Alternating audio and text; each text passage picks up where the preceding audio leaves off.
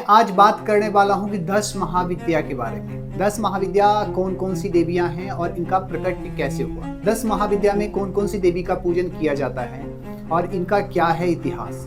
10 महाविद्या कितने वर्षों से पूजन किया जाता है, क्या इसकी शक्तियां क्या है, कौन कौन सी देवी का किस प्रकार से पूजन किया जाता है, इन सभी बातों को इस वीडियो के माध्यम से बताने वाला हूँ। अगर आपने मेरा चैनल को सब्सक्राइब नहीं किया तो कर लो, क्योंकि आपको आगे आने वाले बहुत सारे वीडियो जो कि रहस्यमयी बातें को लेकर के मैं आऊंगा है। कुछ रहस्यमयी बातें जो आप सभी को जानना अति आवश्यक है, उन सभी बातों को इस वीडियो के माध्यम से मैं बताने वाला हूँ। राक्षसों का वध करने के लिए माता को प्रत्येक स्थानों पे प्रत्येक प्रकार का रूप लेना पड़ा। अब माता कामाख्या की पूजा कर रहे हैं तो माँ कामाख्या किस प्रकार की शक्ति है, हालांकि कामनाओं की शक्ति पीठ है, किसी भी प्रकार की कामना करते। जय कामरूप जय कामाख्या। मैं आज बात करने वाला हूँ कि 10 महाविद्या के बारे में। 10 महाविद्या कौन कौन सी देवियां हैं और इनका प्रकट कैसे हुआ। 10 महाविद्या में कौन कौन सी देवी का पूजन किया जाता है और इनका क्या है इतिहास। 10 महाविद्या कितने वर्षों से पूजन किया जाता है, क्या इसकी शक्तियाँ क्या है, कौन कौन सी देवी का किस प्रकार से पूजन किया जाता है, इन सभी बातों को इस वीडियो के माध्यम से बताने वाला हूँ। अगर आपने मेरा चैनल को सब्सक्राइब नहीं किया तो कर लो, क्योंकि आपको आगे आने वाले बहुत सारे वीडियो जो कि रहस्यमयी बातें को लेकर के मैं आऊँगा। आप करो या अन्यथा ना करो, आपकी मर्जी।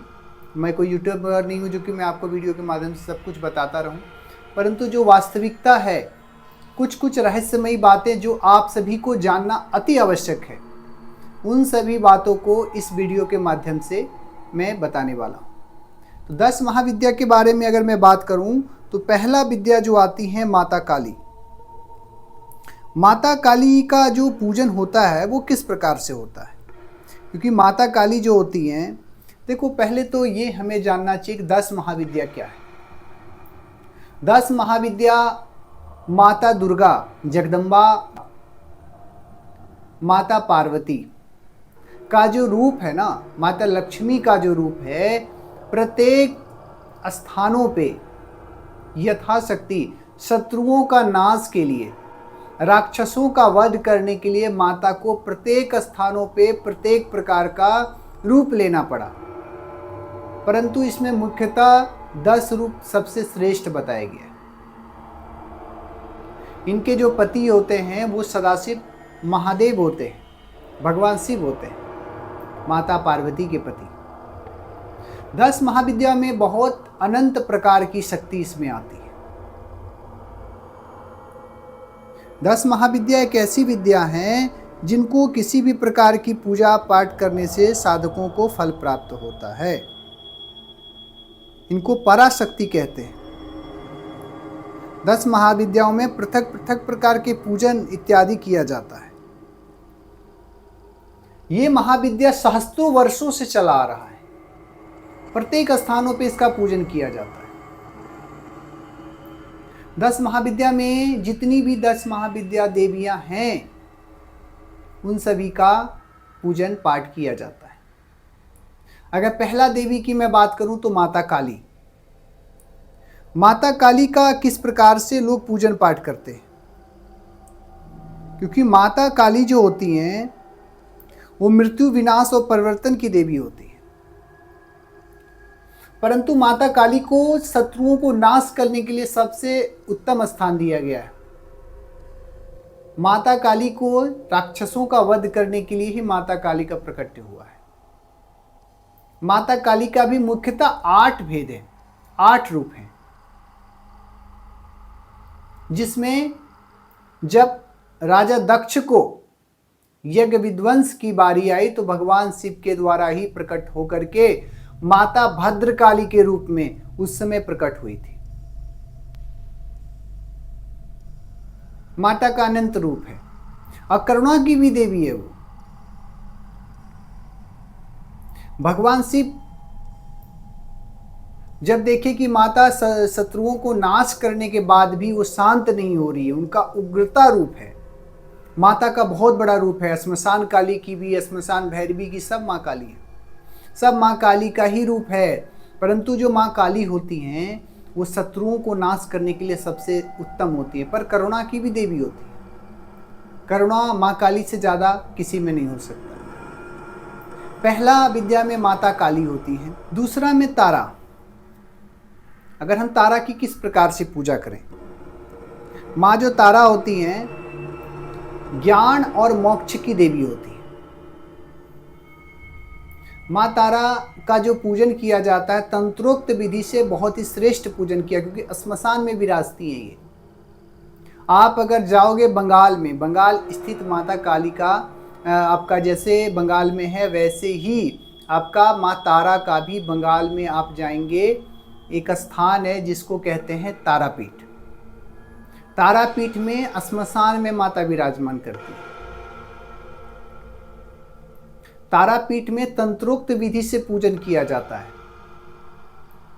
तारा माता को जिस भी प्रकार की लोग मनोकामना से पूजा किया जाता है वो बहुत ही श्रेष्ठ फलदायी होता है। तो माँ तारा तंत्रोक्त के लिए तारा की जो व्यक्ति पूजा करता है वो बहुत ही श्रेष्ठ रहता है। और उसके बाद में तारा के बाद तीसरा में आती है त्रिपुर सुंदरी, जिसको षोडशी भी कहते हैं। ललिता त्रिपुर सुंदरी जो माता कामाख्या का भी रूप है। इसी से सृष्टि का निर्माण भी होता है, इसी से सृष्टि का विनाश होता है। सौंदर्य की भी देवी है त्रिपुर सुंदरी। जिस भी व्यक्ति को धन की इच्छा हो, सुख संपत्ति की इच्छा हो, वो माता त्रिपुर सुंदरी का पूजन कर सकता है। धन और ऐश्वर्य की प्राप्ति के लिए माता त्रिपुर सुंदरी का पूजन किया जाता है। ललिता त्रिपुर सुंदरी जो होती हैं वो माता किसी भी प्रकार की सुरक्षा के लिए, माता का धन ऐश्वर्य वैभव और सुरक्षा के संबंधित जिसकी भी चीज़ें हो वो माता त्रिपुर सुंदरी का पूजन कर सकता है। त्रिपुर सुंदरी जो होती हैं इनका अगर मैं स्थान करूँ, शक्तिपीठ की बात मैं करूँ, तो इनका जो शक्तिपीठ है वो आपका त्रिपुरा में है। माता जो 10 महाविद्या में से एक महाविद्या आती हैं त्रिपुर सुंदरी। त्रिपुर सुंदरी का पूजन करके हम किसी भी प्रकार की हम कामना को प्राप्त कर सकते हैं। त्रिपुर सुंदरी के बारे में मैं बात करने वाला हूं चौथा, भुवनेश्वरी माता। नाम सुनते ही आपको लगता है कि भुवनेश्वरी यानी कि भूमि की रक्षा करने वाली,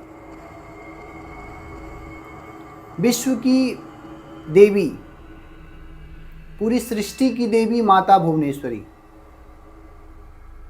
जिस भी व्यक्ति की भूमि की कामना हो, अगर जमीन विवाद हो रहा हो या जमीन फंस गया हो, तो माता भुवनेश्वरी का पूजन करने से उनके सभी कार्य शीघ्र बनते हैं। तो माता भुवनेश्वरी की पूजा आप करके किसी भी प्रकार की सिद्धि को प्राप्त कर सकते हैं। माता भुवनेश्वरी बहुत ही करुणा की देवी होती हैं और माता भुवनेश्वरी का कार्य बहुत ही जल्दी शीघ्र हो जाता है, क्योंकि भुवनेश्वरी आप कि सात्विक विधि से भुवनेश्वरी का हम पूजन कर सकते हैं। पांचवा में आती है भैरवी। भैरवी का बहुत रूप है, अघोर भैरवी, श्मशान भैरवी, कई प्रकार के 10 महाविद्या में से भैरवी आती है। इनको कहा जाता है उग्रता की देवी। भैरवी जो होती हैं बहुत ही ज़्यादा उग्रता, जल्दी उग्र हो जाती हैं। शांति इनकी जो साधना करता है उसके शरीर में भी तेज रहता है, पर वो व्यक्ति किसी भी चीज़ को, जो भी असंभव चीज़ है उसको भी संभव करने की क्षमता जो भैरवी के साधक होते हैं उनको मिलते हैं। जितनी जल्दी वो उग्र हो जाती है उतनी ही जल्दी उनका कार्य भी जल्दी शीघ्र होता है। माता शत्रुओं को नाश करने के लिए बहुत ही श्रेष्ठ स्थान मिला है भैरवी को। भैरवी की साधना करके व्यक्ति किसी भी प्रकार की चीज़ों को पा सकता है। जो भैरवी होती हैं वो तंत्रोक्त में इनकी पूजा विशेष होता है, तंत्रोक्त में ही भैरवी की पूजा होता है। जो व्यक्ति तंत्रोक्त विधि से पूजन नहीं करता है, सात्विक विधि से कम ही सिद्धि देखने को मिलता है, क्योंकि उग्रता की देवी होती है। वाम मार्गी लोग इनकी पूजा विशेष करते हैं, भैरवी की पूजा। छठा में आ जाता है छिन्नमस्ता। माता छिन्नमस्ता के बारे में आप सभी जानते हैं। माता छिन्नमस्ता जो होती हैं मानसिक शक्ति और आत्मबल को बढ़ाने वाली देवी होती है। तंत्र विधि से इनका बहुत ही सर्वोच्चम स्थान मिला है। विशेषता कहें तो तांत्रिक विधि ही इनका पूजन होता है। सात्विक से शायद कभी होता है, परंतु तांत्रिक विधि से ज़्यादा पूजन होता है। इनकी शक्तिपीठ बात करें, 10 महाविद्या में से आती हैं ये। शक्तिपीठ की बात करें, माता छिन्नमस्ता झारखंड स्थित रामगढ़ एक जिला है जिस स्थान पे माता छिन्नमस्ता का मंदिर बना हुआ है। माता छिन्नमस्ता की बहुत बड़ी कथाएं हैं। मैं 10 महाविद्याओं की एक एक अगर वीडियो में बनाऊंगा तब मैं बताऊंगा, क्योंकि 10 महाविद्या को कम समय में आपको बताने की मैं कोशिश कर रहा हूं, क्योंकि हर एक विद्या का हर एक प्रकार की कहानियां हैं। इस वीडियो के माध्यम से उतना तो संभव हो नहीं सकता है कि मैं आपको बता सकूं, क्योंकि सबका एक अलग अलग कार्य होता है। तो अगर आप छिन्नमस्तिका का पूजन करते हैं, छिन्नमस्ता जो कि माता का गला कटा रहता है, दोनों हाथों में 2 मुंड माला रहते हैं। के बाद में मैं बात करने वाला हूं माता धूमावती, 8वीं देवी बगलामुखी। बगलामुखी नेताओं को क्या चाहिए? राजस्व की प्राप्ति, विजय में प्राप्ति, मुकदमा में प्राप्ति, तो ये चीज़ की विशेष देवी मानी गई है बगलामुखी। बगलामुखी सबसे श्रेष्ठ स्थान मिला है। बगलामुखी की सिद्धि प्राप्त करके लोग कुछ भी पा सकता है, धन ऐश्वर्य और वैभव की। मातंगी, मातंगी से मातंगी का पूजन, वाक्य सिद्धि, धन ऐश्वर्य वैभव की प्राप्ति के। माता कमला, इसके बाद में आती है 10वां माता कमला। माता कमला जिनकी अलग अलग प्रकार की, माता को शत्रुओं को नाश करने के लिए या तो अलग अलग विधि में माता आदि शक्ति परम शक्ति जगदम्बा को विविध प्रकार का पृथक पृथक प्रकार का रूप को धारण करना पड़ा, जो कि अपने कार्य को, अपने भक्तों को ऐश्वर्य वैभव की प्राप्ति के लिए माता को अलग अलग प्रकार का रूप धारण करना पड़ा। परंतु माता का जो रूप है, किसी भी प्रकार की सिद्धि अगर आपको प्राप्त करनी हो तो जो भी आपका विभाग है, जो भी आपका क्षेत्र है, वो इस 10 महाविद्या से आप सिद्ध कर सकते हैं। 10 महाविद्या को बहुत ही लोग पूजा करते हैं, प्रत्येक घरों में देवियां का पूजा करते हैं, 10 महाविद्या का मंदिर बना करके पूजन करते हैं। परंतु 10 महाविद्या में से ध्यान रहे कि बिना गुरु का किसी भी प्रकार की सिद्धि सफल नहीं होता है, और पॉजिटिविटी से ज़्यादा आपके पास में निगेटिविटी आता है।